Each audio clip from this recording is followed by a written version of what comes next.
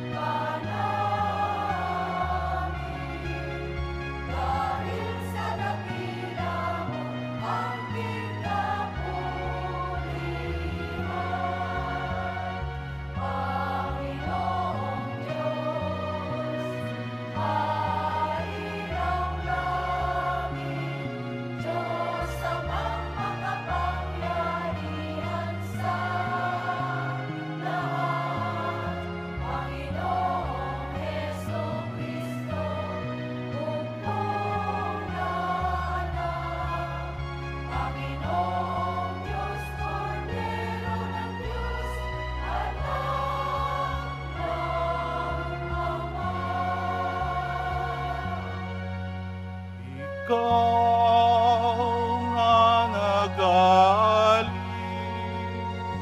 ng mga kasalanan ng sanlibutan. Maawa ka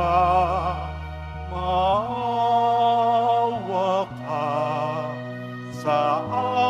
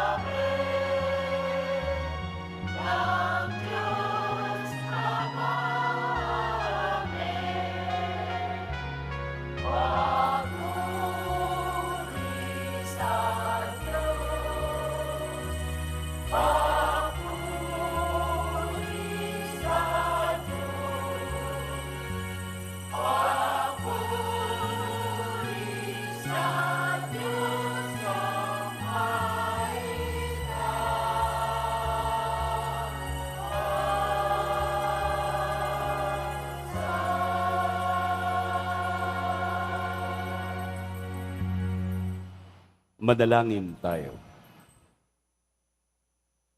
Ama naming makapangyarihan, kalugdan mo kami at pagbigyan na magkamit ng kaloob mong karagdagan upang sa maalab naming pananalig, pag-asa at pag-ibig, kami mamalaging tumatalima sa iyong kautusan sa pamamagitan ni Hesukristo kasama ng Espiritu Santo magpa sa walang hanggan.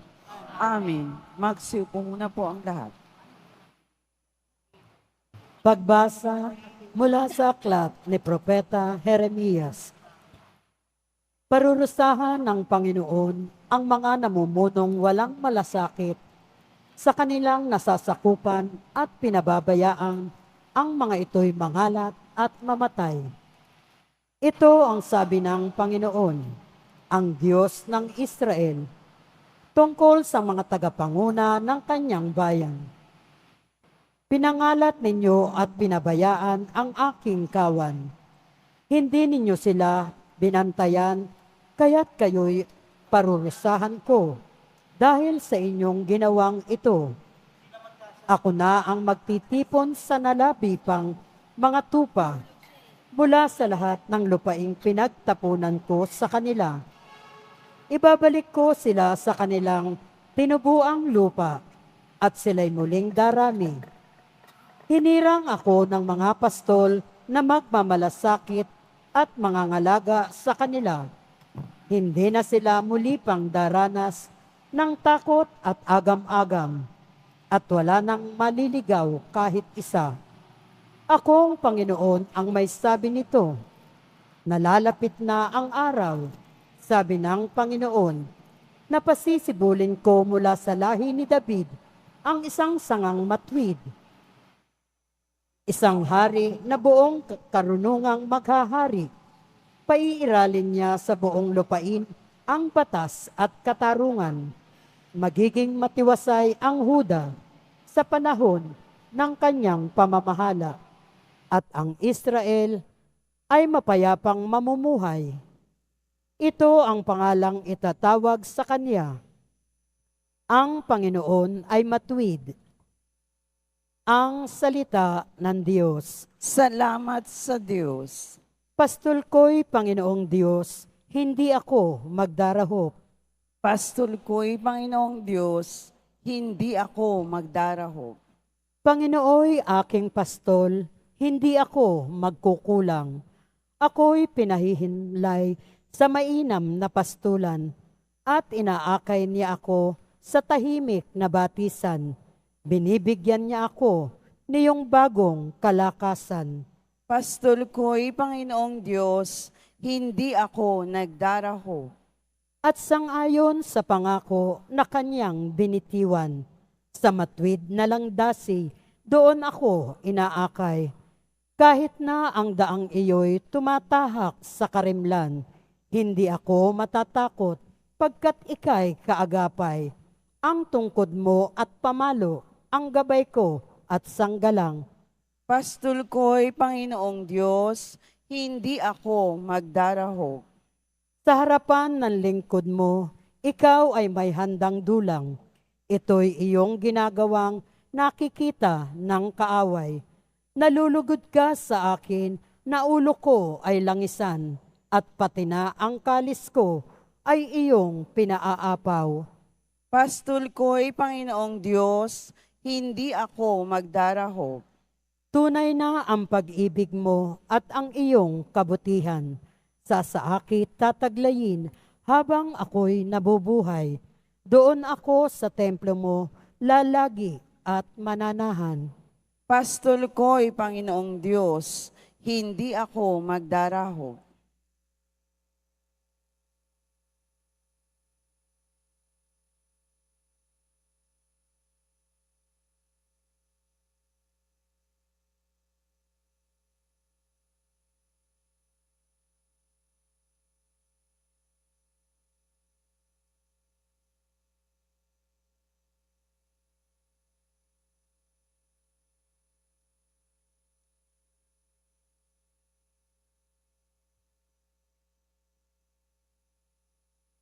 Pagbasa mula sa sulat ni Apostol San Pablo sa mga taga-Efeso. Mga kapatid, ngayon, dahil sa inyong pakikipag-isa kay Jesucristo, kayo'y dating nasa malayo ay nailapit sa pamamagitan ng kanyang kamatayan. Pinagkasundo niya tayo.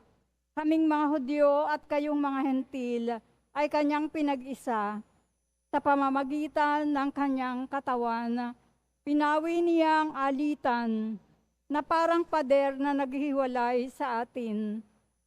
Pinawalang bisan niya ang kautosang pawang mga utos at tuntunin upang pag-isahin sa kanya ang dalawang bayan at maghari ang kapayapaan.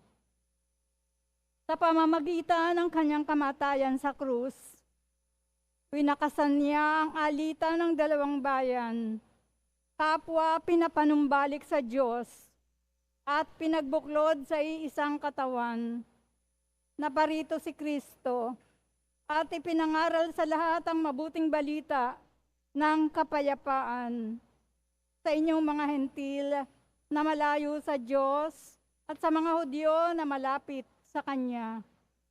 Dahil kay Kristo, tayo'y kapwa makalalapit sa Ama sa pamamagitan ng Espiritu.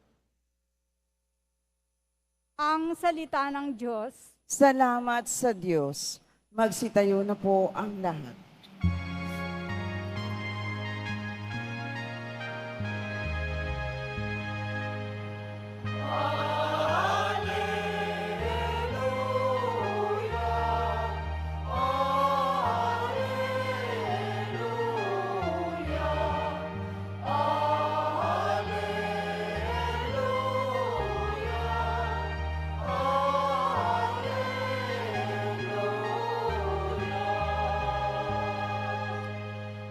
Ang tinig ko'y pakikinggan ng kabilang sa aking kawan.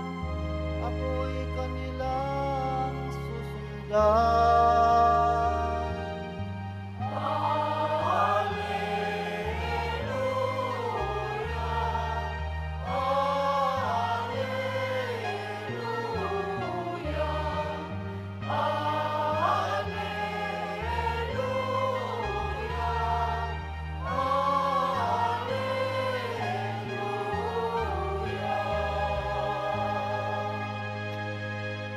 Sumainyo ang Panginoon. At sumayo rin. Ang mabuting balita ng Panginoon ayon kay San Marcos. Papuri sa iyo, Panginoon.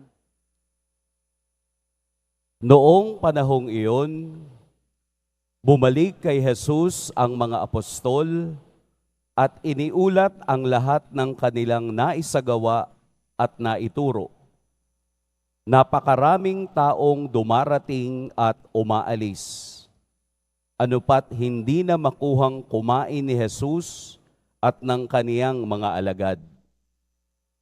Kaya't sinabi niya sa mga ito, magtungo kayo sa isang ilang na pook upang malayo sa karamihan at makapagpahinga kayo ng kaunti. Umalis silang lula ng bangka at nagpunta nga sa isang ilang na dako. Ngunit maraming nakakita sa kanilang pag-alis at nakilala sila.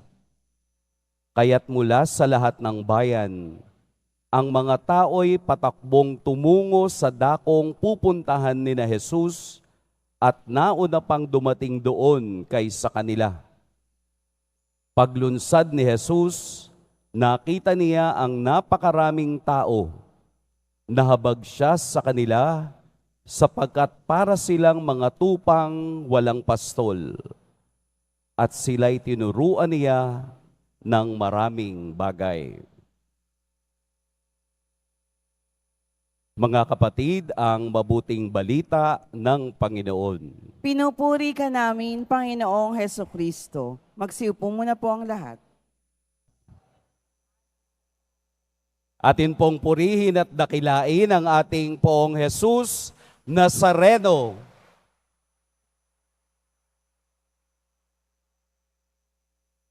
Ano pong pakiramdam nyo ngayon? Posibleng dalawang bagay. Una, relax. Pakitaas nga po ng kamay nung relax. Marami-rami rin, no? Siguro yung nakatayo, hindi relax.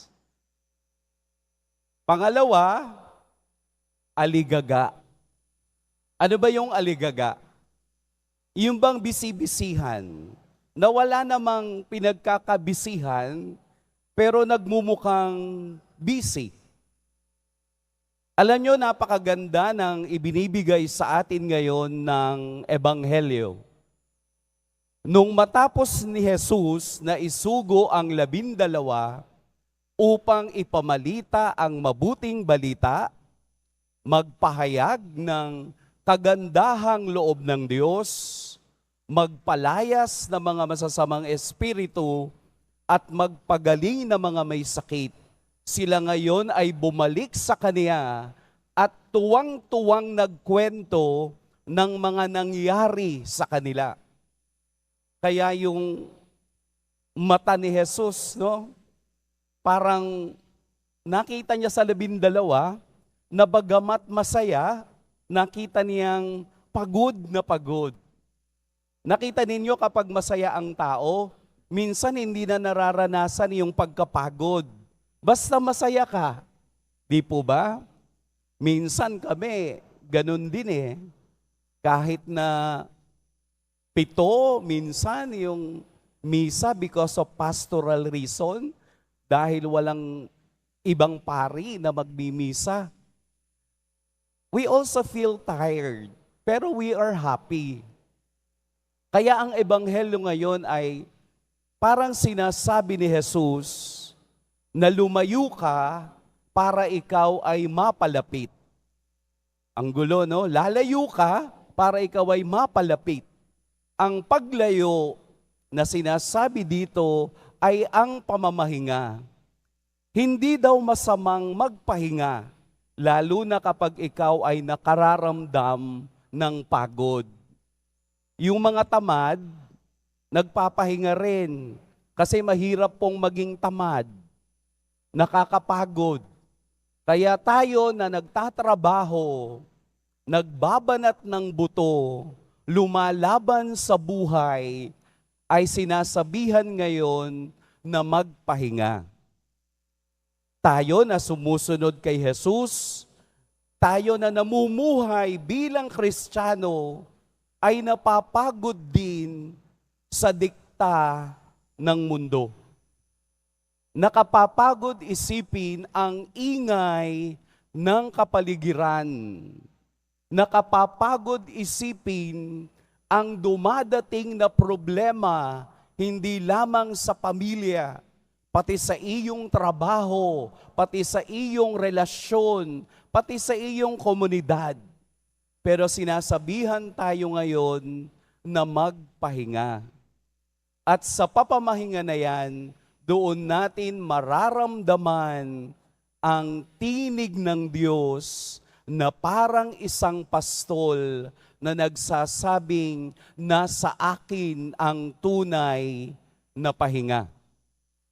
Kaya nga po nakita ni Jesus ang lahat ng maraming taong sumusunod sa Kanya, tumatakbo upang siya ay makita dahil nadarama nila na sa presensya ni Jesus, sa presensya ng Diyos, naroon ang tunay na pahinga. Kaya nga po tayo ay dumadayo pa dito sa ating dambana dahil gusto nating maramdaman ang paghaplos ng kamay ng Diyos upang maibsan ang ating pagod. Upang sa presensya ni Jesus, ang poong Nazareno ay makapagbigay ng tamang espiritu ng pag-ibig at ng awa. Magpahinga po tayo.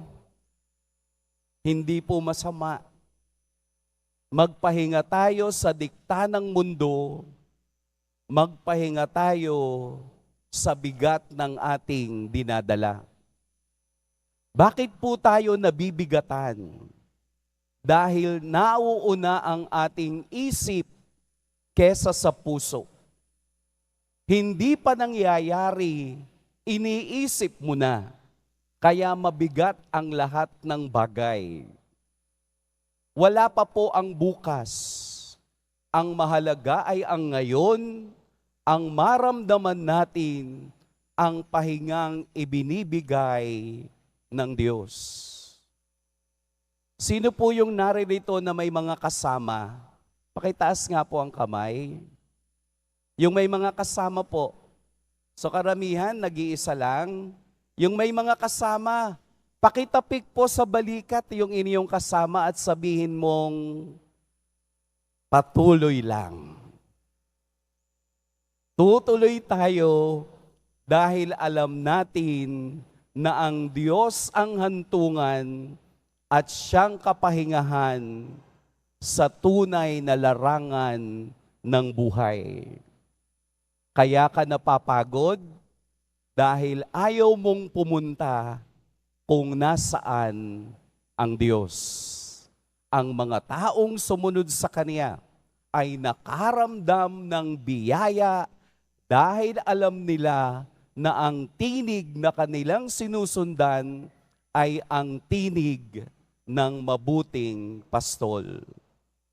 Pahinga po tayo sa diwa ng Diyos. Pagpalain tayo ng poong may kapal.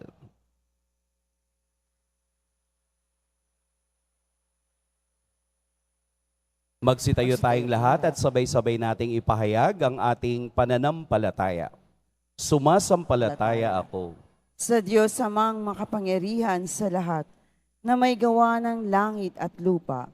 Sumasampalataya ako kay Jesucristong isang anak ng Diyos, Panginoon nating lahat. Nagkatawan tao siya lalang na Espiritu Santo, ipinanganak ni Santang Mariam Birhen, pinagpakasakit ni Poncio Pilato, ipinako sa krus, namatay, inilibing, nanaog sa kinaroroonan ng mga yumao, nang may ikatlong araw na buhay na maguli, umakyat sa langit, naluluklok sa kanan ng Diyos, amang makapangyarihan sa lahat. Doon magmumula at paririto at hukom sa nangabubuhay at nangamatay na tao.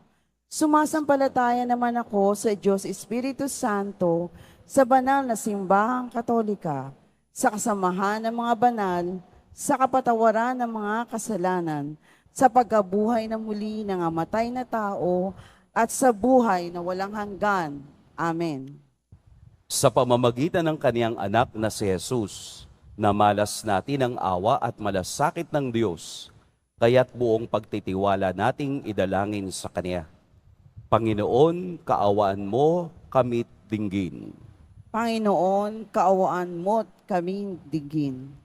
Pagpalain mo nawa at gawing mga tunay na pastol ang iyong kawan, ang Santo Papa, mga obispo, kaparian, at mga pinunong laiko, nang sa gayoy patuloy silang mga laga ng iyong bayang hinirang at mag-alay ng mga sarili tungo sa kaganapan ng iyong kaharian. Manalangin tayo. Panginoon, kaawaan mo kami dinggin. Tulungan mo, Diyos Ama, ang mga namumuno sa aming pamahalaan na sundan ang halimbawa ni Jesus na mabuting pastol, maawain, mapagkumbaba, at tapat sa sinumpaang tungkuling pangalagaan ang karapatan at dignidad ng kanilang mga pinaglilingkuran. Manalangin tayo. Panginoon, kaawaan mo kami dinggin.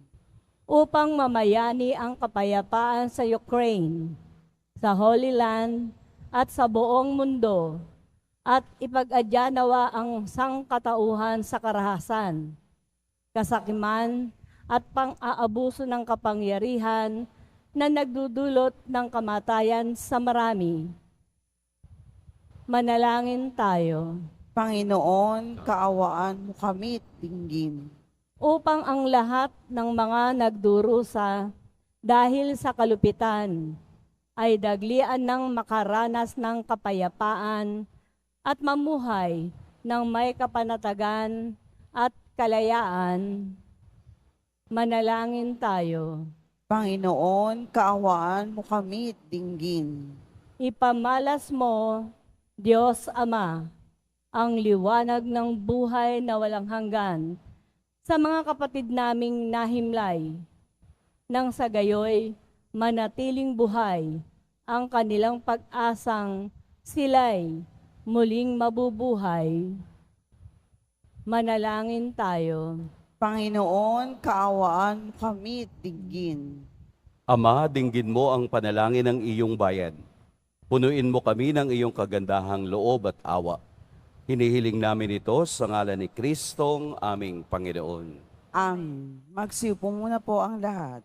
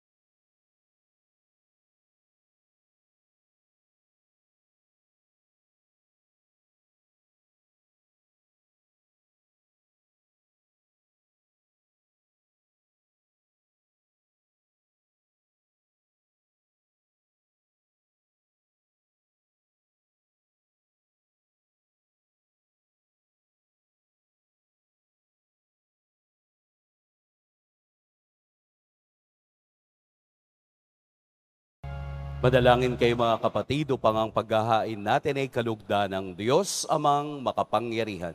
Tanggapin nawa ng Panginoon itong paghahain sa iyong mga kamay, sa kapurian niya at karangalan, sa ating kapakinabangan at sa buong sambayanan niyang banal. Ama naming lumikha, lahat ng iyong mga paghahaing ipinag-utos noong araw ay iyong pinagtibay sa isang haing hantungan ng tanan.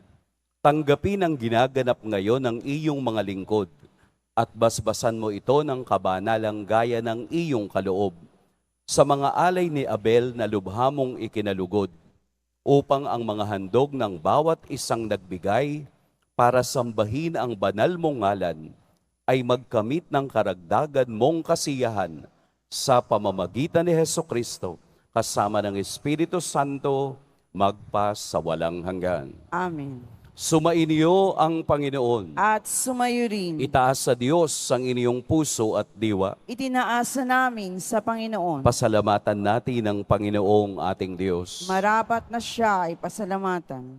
Ama naming makapangyarihan, tunay ngang marapat na ikaw ay aming pasalamatan. Sa iyong kagandahang loob kami iyong ibinukod upang iyong maitampok sa kadakilaan mong lubos. Kahit na ikaw ay aming tinalikdan dahil sa aming pagkasalawahan, gumawa ka pa rin ng magandang paraang may manguna sa amin para ikaw ay balikan. Kaya't ang iyong minamahal na anak ay naging isa sa mga taong hamak upang may kapwa kaming makapagligtas sa aming pagkapahamak at pagkaligaw ng landas. Kaya kaisa na mga anghel na nagsisiawit ng papuri sa iyo, nang walang humpay sa kalangitan, kami nagbubunyi sa iyong kadakilaan.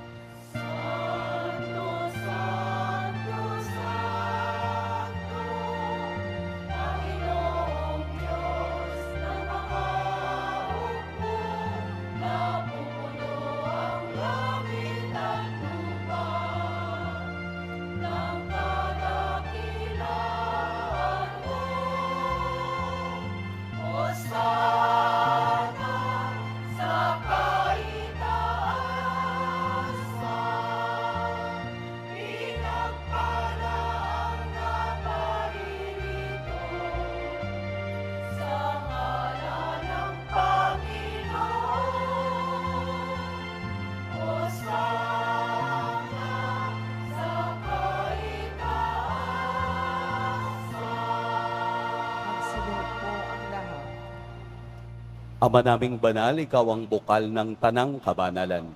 Kaya't sa pamamagitan ng iyong Espiritu, gawin mong banal ang kaloob na ito upang para sa amin maging katawan at dugo ng aming Panginoong Heso Kristo. Bago niya pinagtiis ang kusang loob na maging handog, hinawakan niya ang tinapay, pinasalamatan kaniya, pinaghati-hati niya iyon, iniabot sa kaniyang mga alagad at sinabi, "Tanggapin ninyong lahat ito at kanin, ito ang aking katawan na ihahandog para sa inyo."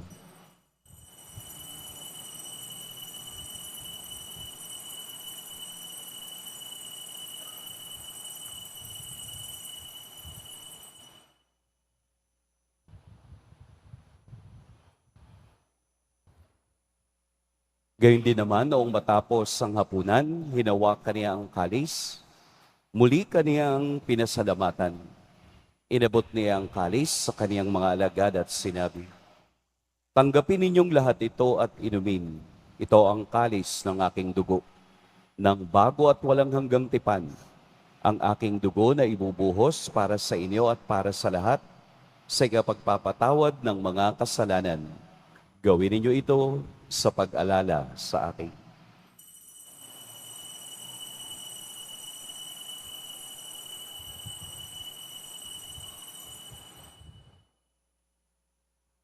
Magsitayo po ang lahat.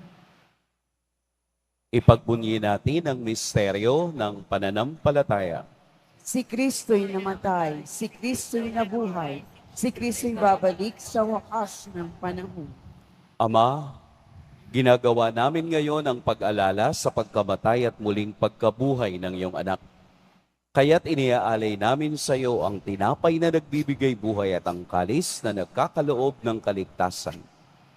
Kami nagpapasalamat dahil kami iyong minarapat na tumayo sa harap mo para maglingkod sa iyo. Isinasamo namin kaming magsasalo-salo sa katawan at dugo ni Kristo ay mabuklod sa pagkakaisa sa pamamagitan ng Espiritu Santo.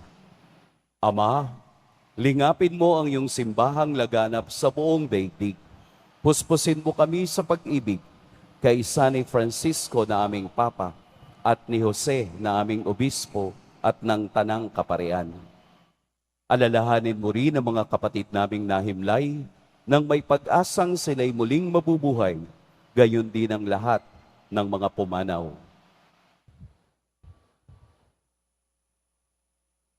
Kaawaan mo sila at patuloyin sa iyong kaliwanagan.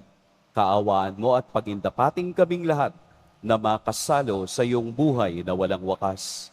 Kaisa ng mahal na Birheng Maria na ina ng Diyos, ng kabiyak ng puso niyang si San Jose, kaisa ng mga apostol ni San Juan Bautista, at ng lahat ng mga banal na namuhay dito sa daigdig ng kalugod-lugod sa iyo, maipagdiwang nawa namin ang pagpupuri sa ikararangal mo sa pamamagitan ng iyong anak na aming Panginoong Heso Kristo. Sa pamamagitan ni Kristo, kasama niya at sa Kaniya, ang lahat ng parangal at papuri sa iyo, Diyos, Amang makapangyarihan, kasama ng Espiritu Santo, magpa sa walang hanggan.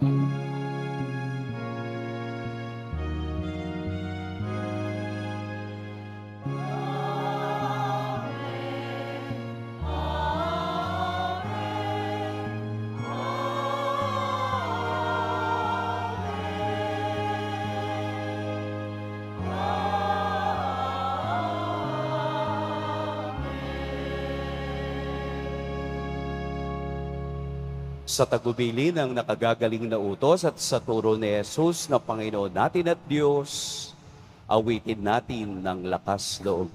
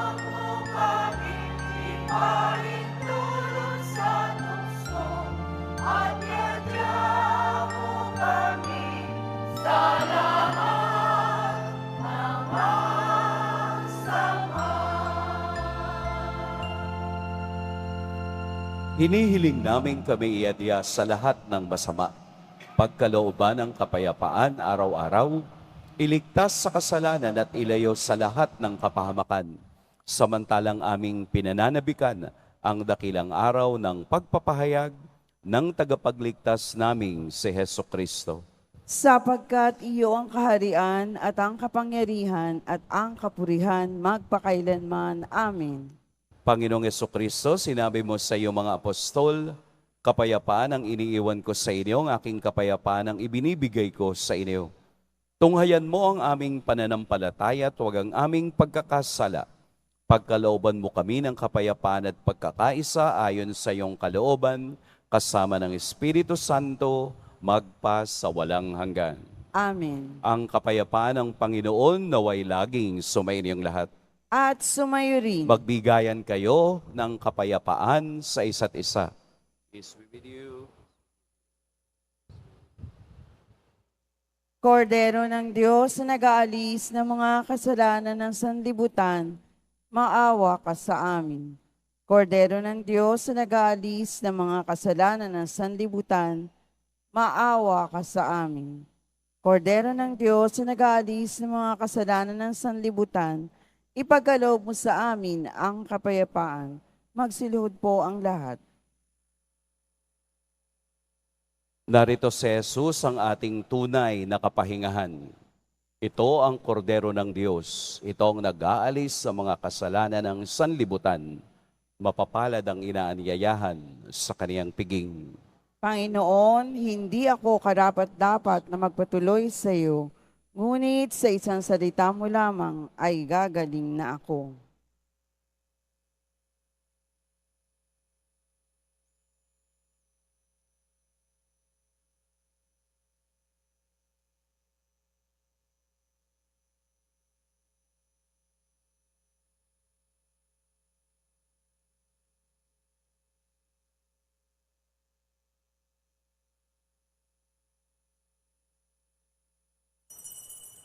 Para sa lahat ng tatanggap ng banal na komunyon, sasagot po tayo ng amen pagkasabi ng pari o ng lay minister ng katawan ni Kristo at isubo agad sa bibig bago umalis sa harapan ng pari o lay minister. Sumunod po tayo.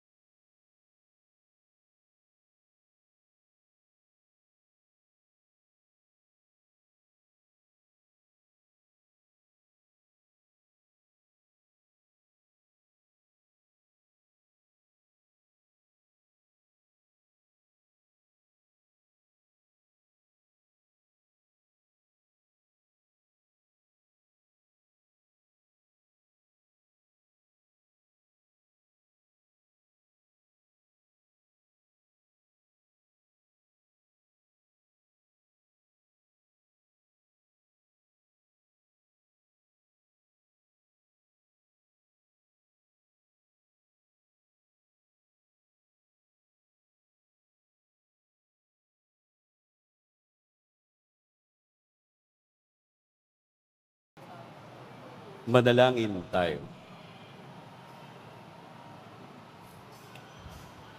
Ama naming mapagmahal, manatili kang kapiling ng iyong sambayanan na ngayon pinapakinabang mo sa iyong sariling buhay at gawin mong kami pasulong na makahakbang mula sa dati naming pagkamakasalanan patungo sa pagbabagong nagdudulot ng iyong kabutihan. Sa pamamagitan ni Jesucristo, kasama ng Espiritu Santo, magpa sa walang hanggan. Amen. Sumainyo ang Panginoon. At sumayo rin. Yumuko kayo para sa pagbabasbas. Mahal na poong Jesus Nazareno, inihayag mo sa pamamagitan ng krus ang walang maliw na pag-ibig ng Diyos sa sangkatauhan. Pakinggan mo po ang kahilingan ng iyong angkan na nagsusumamo sa iyo. Makamtan nawa nila ang iyong katugunan at tanggapin ang kasagutan na may utang na loob na tinatanaw. Basbasan din po ninyo ang mga daladala nilang mga imahen at dasalan. Sa pamamagitan ng bendisyon na ito, naway maalala nila ang mga pangako nila noon sa binyag na ikaw ang kanilang iibigin at paglilingkuran bilang Panginoon magpa sa walang hanggan. Amen. At pagpalain kayo ng makapangyarihan at mapagmahal na Diyos, ang Ama at Anak at Espiritu Santo. Amen. Tapos na ang ating pagdiriwang, humayo kayong taglayang kapayapaan ng poong Jesus Nazareno. Salamat sa Diyos.